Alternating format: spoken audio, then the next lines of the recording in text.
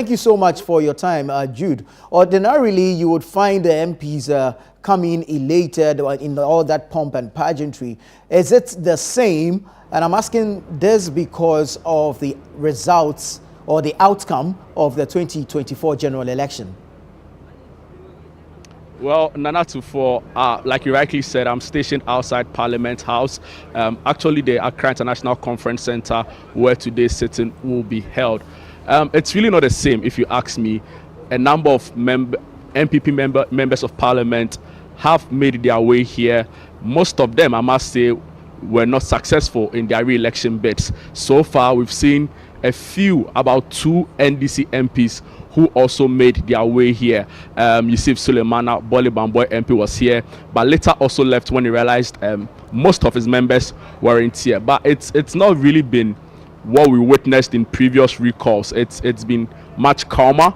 Members of Parliament on the MPP side made their way here. They usually came. Those who've come so far came in groups. So far, we've seen the likes of Member of Parliament for Subin, Eugene Boachinchi has made his way here. Member of Parliament for Anya Sotum, Dexon Adomako Kisi is also here. Deputy Finance Minister and Member of Parliament for Itiwa East, Abna Osei Asari is also here. Quite a number of the MPP MPs. We asked, I had an interview with Ejapa Mesa, Member of Parliament for Sekendi, and asked whether we should expect the entirety of his caucus. And he was clear that some are still having to deal with the stress of an election defeat. So he wasn't clear as to whether the whole caucus will be represented in today's parliamentary sitting. But it's been calm. We are still expecting the leadership on both sides to make their way here, as well as the Speaker of Parliament. Then Parliament can commence. Well, Jude, I mean, in the recent past, when the House was recalled under similar circumstances, we saw an increase in the security measures. Is it same today? We know the history behind that when there was the back and forth as to who occupies the majority or minority side. Are the security measures the same or they've returned back to the standard protocol for Parliament?